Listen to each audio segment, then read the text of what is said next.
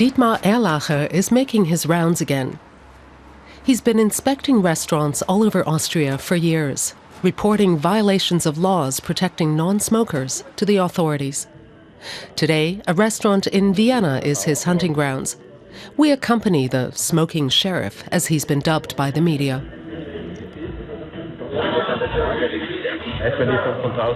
The entrance has no identifying sign, and next door is a store, and smoke isn't allowed there either. Why don't you change that?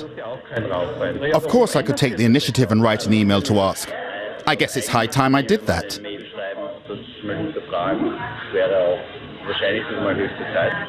Erlacher is convinced that if there were no second-hand smoke, fewer people would get cancer. I'm angry because every week I see people in hospital beds, severely ill, suffering from lung cancer or throat cancer. All the people, the cancer patients, stroke patients, their families, all the fates that are affected.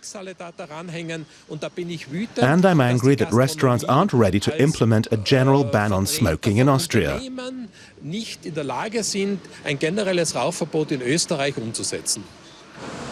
Austria is a relative paradise for nicotine addicts. Nowhere in Western Europe do people smoke in public places so much and so matter-of-factly as in Vienna. Smoking in restaurants was banned here 5 years ago, but the ban has exceptions.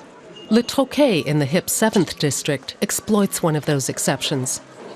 Similar bars in Paris may have become smoke-free years ago, but guests in Vienna still happily chain smoke on these premises. The owner of Le Troquet, Alain Assot, came here from France more than 20 years ago. Since his bar is smaller than 50 square meters, he's allowed to decide for himself whether to permit smoking. He chose tobacco instead of restrictions. This is an Austrian form of democracy. There are non-smoking places for those who don't like smoke. Those who smoke can go to restaurants where it's permitted. The big taverns have separate rooms. There's no witch hunt. People are left alone, and I think that's good. More young people smoke in Austria than in any other Western European country.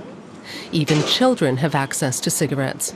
The law says they have to be 16 to buy cigarettes, but this girl simply borrows a bank card from an older person and uses it in the vending machine.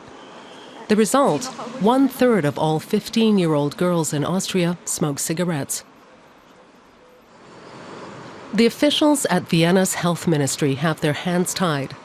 They blame the tobacco and restaurant lobbies. When Erlacher files charges, they land on Franz Pietsch's desk. He works in the Ombudsman's Office for Non-Smoker Protection. Pietsch says the charges have little political effect. The political parties don't want to sacrifice votes to get a complete ban on smoking. If the EU would pass a general ban on smoking as part of its worker protection laws, then Austria would have to comply. And then a general ban on smoking would have to be implemented in national law too.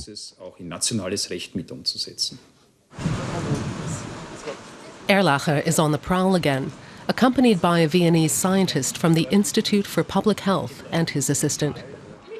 Erlacher checked out the restaurant Leupold a month ago and filed charges against it for inadequate non-smoker protection.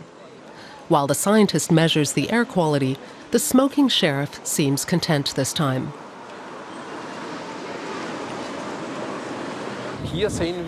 The sign here shows that there's a separate entrance directly into the non-smoking room.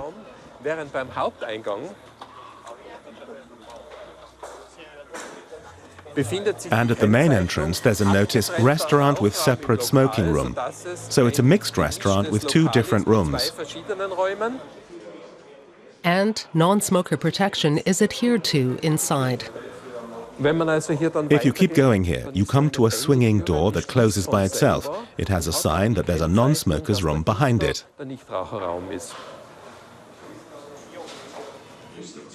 The scientist is disappointed, however. His measurements show the air in the non-smoking area is twice as bad as out on the street. The concentration of particulate matter should be much lower than outside in heavy traffic. So the separating wall that restaurant owners are required to install is useless. Tobacco smoke penetrates into the non-smoker area anyway, in a concentration that's a hazard to health. But the separating wall is important for the owner, Harald Leupold. Without it, his whole restaurant would have to go non-smoking, and his smoking regular guests would be upset. He invested about 20,000 euros to divide his restaurant into smoking and non-smoking sections. He has a sense of humor about the loopholes in Austria's non-smoker protection laws. The restaurant Leupold doesn't sell health or anything like that.